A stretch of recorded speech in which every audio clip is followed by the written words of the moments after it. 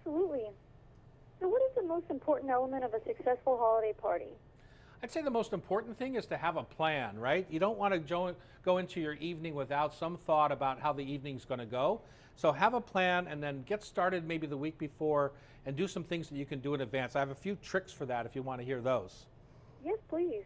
All right, so when the guests come, I want to get them right away. I want them to know they're at my house. So I'm going to make them a little opening cocktail. I've made a sparkling cranberry fizz out of the Domaine Saint Michel Brut, grown right here. The grapes are grown right here in the Yakima Valley of Washington State.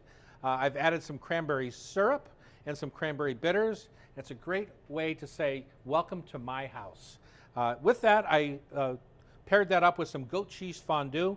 My little trick on the fondue is to do an individual pot rather than the big deep pot. Number one, I can spread these all over the room so you don't have 12 or 15 people trying to get into one little area. And when somebody drops bread in it or spills it a little bit, I can just change it out and have a clean one right away. A nice investment and delicious with the sparkling wine cocktail.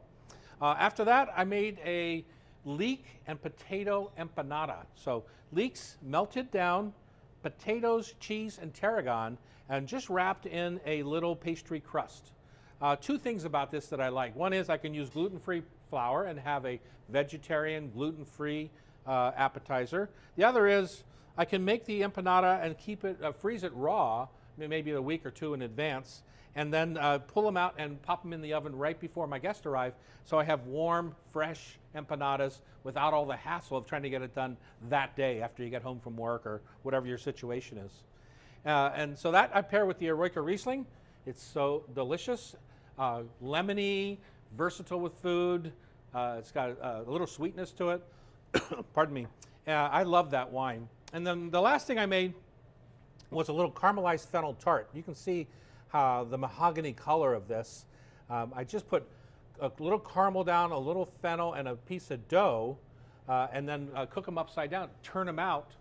But, pardon me, you can do that in advance.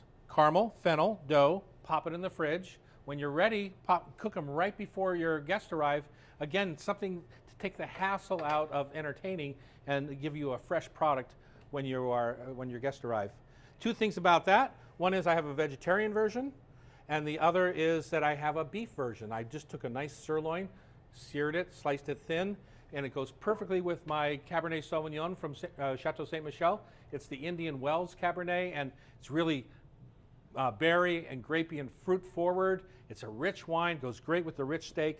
Really nice combinations, well thought out for a successful holiday party. And do you have any additional tips or information you could share with us?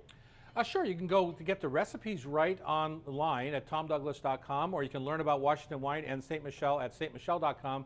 The other thing I would say is get as much done in advance, keep an oven on a low temp all throughout the evening, and put out small batches so that you're putting out fresh food throughout the night rather than putting one batch out early in the party and having it sit there ice cold 3 hours later. So just continue to kind of rotate your food in and out. Well, thank you so much for the wonderful tips and for taking time out of your busy schedule today. I really appreciate it, Tom. Happy holidays. Thank you. It's been lovely. Bye-bye. Thank you. Bye-bye.